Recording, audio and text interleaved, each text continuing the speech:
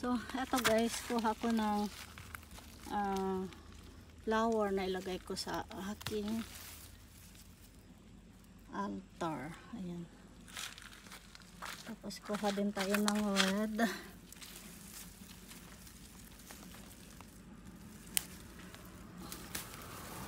Ayan. So, kuha tayo ng iba-ibang kulay guys. Kuha rin ako nito. So, natumba na. Ayan. Tapos, kuha rin tayo ng malalaki. So, itong mga natumba-tumba na rito ang kunin ko. Ayan. Ibaba natin.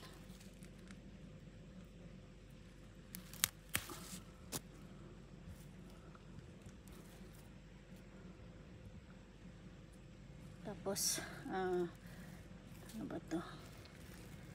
Kunin din natin to. Itong may yellow sa gitna. Kunin ko. Ayan. So, nakalibre tayo sa pang-altar. Wala akong nakuhang lalagyan. Tapos, violet na mini. Dito tayo kukuha. Ayan. May violet na mini rito.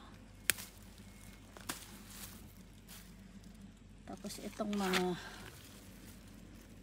ayan.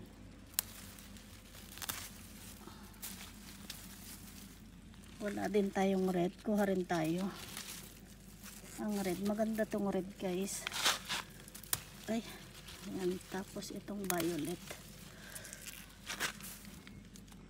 Kuha rin tayo ng white. So, wala pa akong white.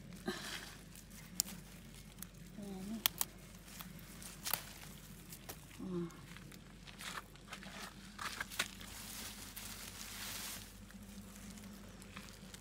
Saan pa ang walang kulay?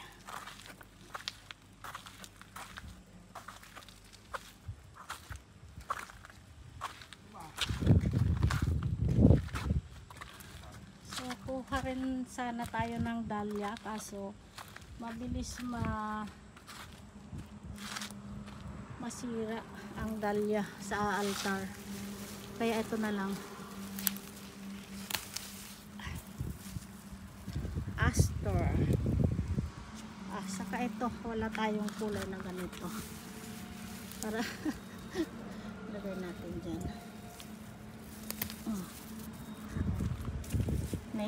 Natinag na. Ano ba yan? So, ito ang kinuha kong flower na ilagay ko sa aming altar. Ayan guys, nakalibre na tayo. Pag may tanim, may mapipitas para sa altar. Ayan. So, ito yung napitas kong ilagay ko sa altar guys. Ayan. Iba-ibang kulay. Ayan. Dito lang tayo kukuha sa mga tanim natin. Nakalibre na tayo.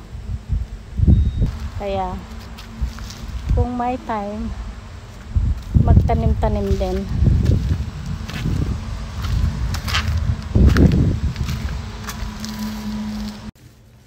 So, ito yung mga kinuha kong flower sa aking garden.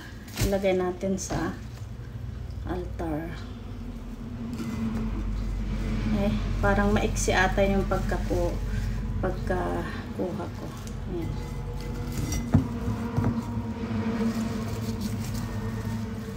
Tapos itong red. So, hatiin natin guys. Ito. Maglagay din tayo dito para sa isa kasi dalawa yung lalagyan natin.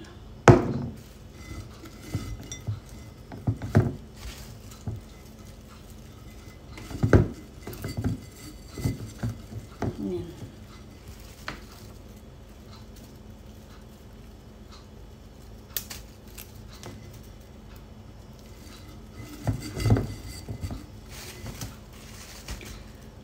nakalibre tayo.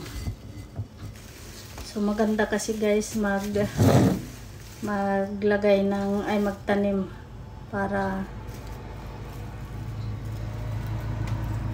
nakakatanggal din ng stress.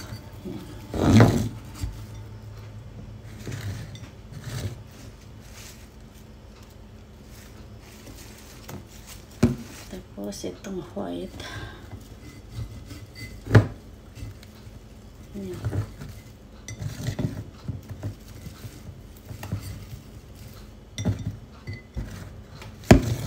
Tapos itong isa, lagyan din natin. Lagyan din natin itong isa.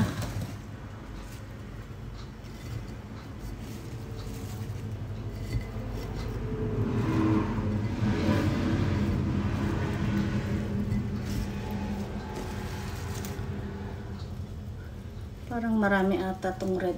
Ay, iba pala tong red na to. So ito yung micro aster, itong maliliit. Ayan.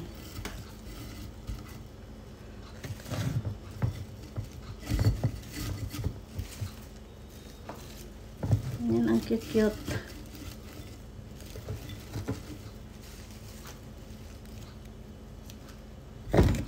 Parang wala ata to dito sa kabila. Lagay natin. Tapos lagyan din natin ng white.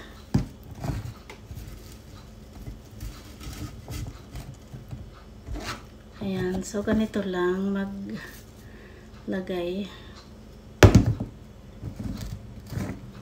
Ayan. Ang flower sa aking altar.